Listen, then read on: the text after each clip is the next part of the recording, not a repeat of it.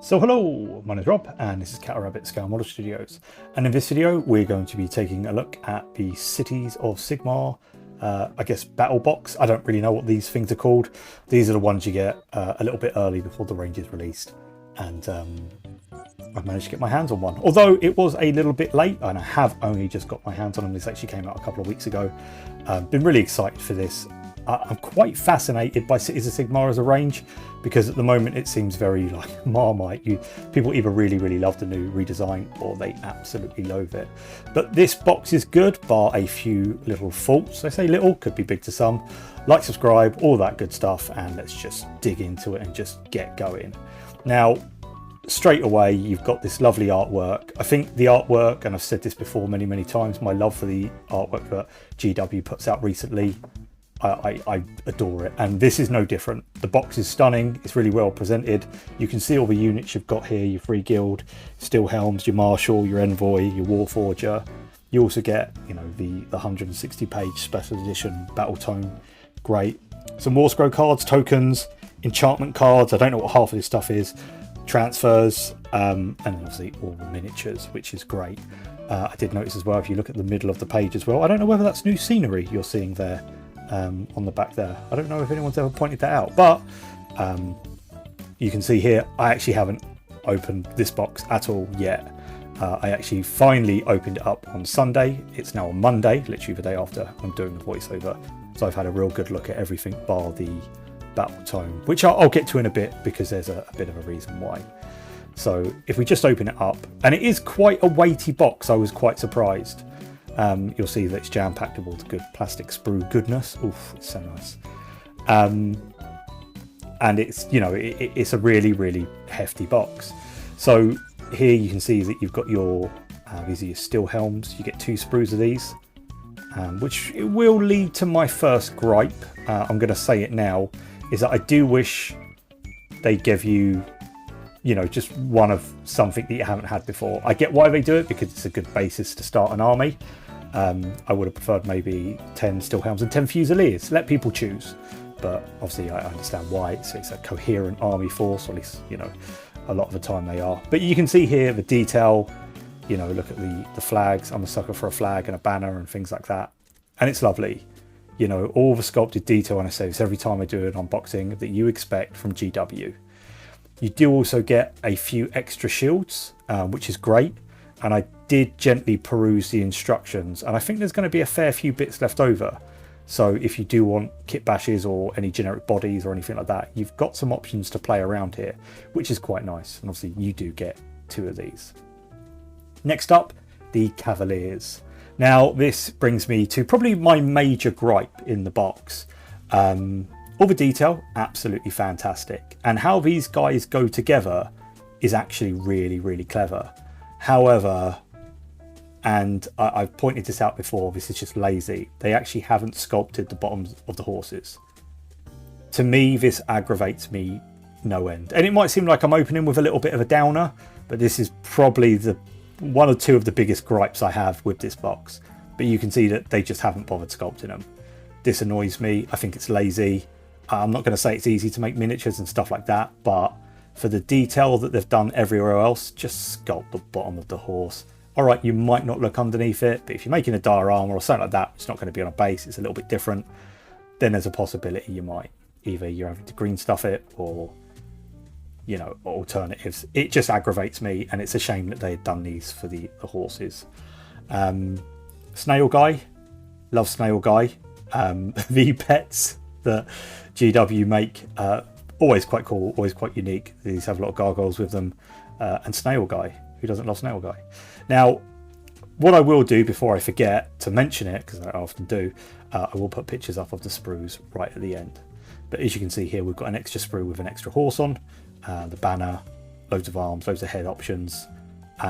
Like I said, there's a fair few different multi-part kind of bits you can make out of these, which is quite nice. That there's some options. One of the things that GW were keen to show off, especially in community articles, I noticed, is just how modular these kits actually are. I wouldn't be surprised if this is the multi-part kit and not just some single pose one-off that we're getting. but I like it. As always, the detail on the faces and everything, it is lovely. And then we move over to Command. I got to stop calling them HQ from 40k. Your heroes and things like that. Here is the Alchemite Warforger. At first I thought this guy looked a little bit out of place, but he's actually a wizard after looking at the rules. So that kind of changed my outlook on this guy a little bit.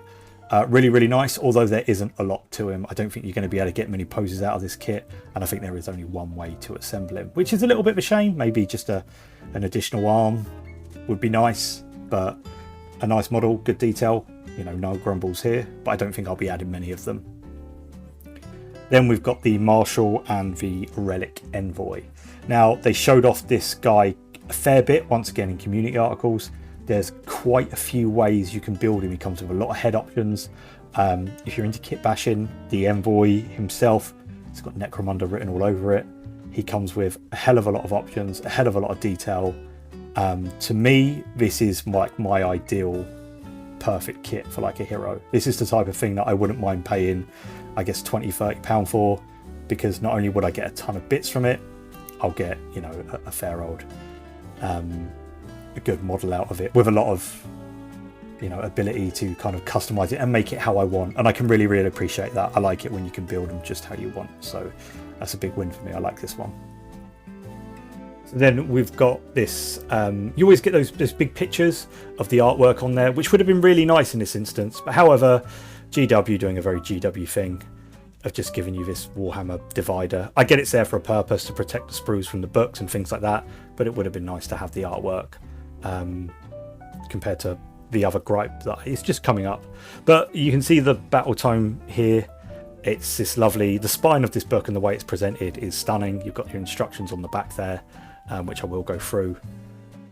But the inside cardboard sleeve is printed with the Citites of Sigmar, you know, heraldry, and it just seems like, why wasn't this black? And you had that nice art card in there, because I know some people do like to keep them. Myself, I don't bother with them, but I hear a lot of people say, no, I really like the art card, I wish they did them. This one's just black, but the inside cardboard protector isn't. It's baffling. Bases 25 mils, your heroes on 32s, nothing too fancy there, and then all your horses, cavaliers are on 60 mil ovals. So they're not big kits. Like, don't get me wrong, I think sometimes the pictures do them a little bit of a injustice and they come across as a little bit bigger than what they are. You've got your data cards, you've got your enchantment cards, and loads of transfers. 4 sheets of transfers, which I absolutely adore. So I'm not going to go through it all, but bases, there they are, they're fine. If you're into bases and not box sets, you're probably into it for the wrong reason. The transfers, they have all the main players, and the book is absolutely chock-a-block with heraldry and different factions, down to like the cavalry heraldry. It's a struggle to say that. You know, they're all on there. I got to admit, I do like the Greywater Fastness and the Settlers Gain, I think they're called. Really, really cool colour scheme. The book itself, you've got this lovely kind of gold leafed writing everywhere, and it is just really, really cool. The instructions, as you can see, there's quite a few variants here that you can build for your marshals. There's not really anything for the Warforger, but this is what I mean about the horses. So you build all the legs separately. So you put the tops of the horses on your desired legs, and you can also switch out some of the heads on the horses and stuff like that. So in actual fact, between bodies and legs, there's actually 25 different combinations, because every set of legs has 5 top bits, which I thought was really, really cool actually. And then combine them with all the different arm options you get, and you get a fair number of infinite, you know, variants for your cavalry, which I really, really like. I thought that was really clever how they designed the horses actually. I'm a big fan of that. Just wish it sculpted the bottoms. Then your iron helms, or steel helms, I always get them confused what they're called. Once again, a few options for some of them. One is just, you know, they get armor and a shield and off you go, which is fine. These are going to be rank and file, not a problem. They don't look that hard to kit bash, in all honesty. Just stick the arms on. Then you get the big tray of tokens. I'm not sure what all these do yet because I haven't gone through their faction rules extensively yet. But it's all done in the nice Cities of Sigmar heraldry. I like all this artwork. I think it's quite cool. I think this relates to when you add in like Dwarduin and, you know, Sylvaness and things like that. Now, the book, I am going to skip through a lot of the book, but I am going to point out some of my highlights from it. It is a stunning book, and it's a lot thicker than what I thought it would be. If you are interested in seeing me go through this book, or you want me to pop in and do a live so you can maybe ask some questions, let me know in the comments below, because obviously all the rules are in there that aren't released yet and stuff like that. I'd love to go through the book with people, but only if there's a bit of an interest, because obviously it's quite time consuming to do so, but I would like to go through it. So if you are interested in me doing that, let me know in the comments below, and I'll try and arrange a time and we can all go through it. But it's chock full of the stunning artwork. Once again, absolutely just everything. Maps, who doesn't love a map? I love stuff like this. I just think it's got a lot of character, this book. Maybe it's because it's a special edition one. I've never really had a special edition one before, but it's just rammed full of, you know, you can see here. It's also got some really, really cool points. Here, I love the way everything's just displayed. I think it's so clean looking, but it's almost got like that charm from like the Living Citadel, like Greywater. And I was looking at some of them like the Vindicarum, down here, Settlers Gain. Really, really like those guys. The Living City, it's all there. And once again, the artwork, it's just beautiful. You know, I can't help rubbing my greasy mitts on it. And then we go to obviously all the picture pages, and we can see some of the miniatures that are coming but haven't been released yet, like the Lioness here and stuff like that. I think it's so good. Just take a minute to appreciate the paint jobs that the Heavy Metal team do. Always a big fan. I love this Arch Knight. Can't wait to pick one of those up. A few points about him much later. All the colours, you know, and how they're painted and things like that, which is great. One thing that they do, they show you this and go, look, this is how ours look. You can see them all here. They look absolutely fantastic. Once again, Greywater, I'm very much leaning to that. All the pictures, great. Look at it. And then you get to this, and it actually tells you how to paint each faction, which is something that I wish more battle tomes had. Because if you're starting an army for a first time, maybe you're not confident in painting or developing your own, like, I don't know, paint, I guess, palettes up and stuff like that and colour schemes, this is a great way of going, no, we got you, don't worry. Not only does it cover, like, shields of the other cities and certain colours, as you flip over, it goes through things like capes, cloth, metal variants, leather, like, there's a ton here. If you're a painter and you just wanted to push yourself a little bit further or just know how they did it, here is a fantastic point, and it makes this battle tome what I would call from going to a good battle tome to a great battle tome.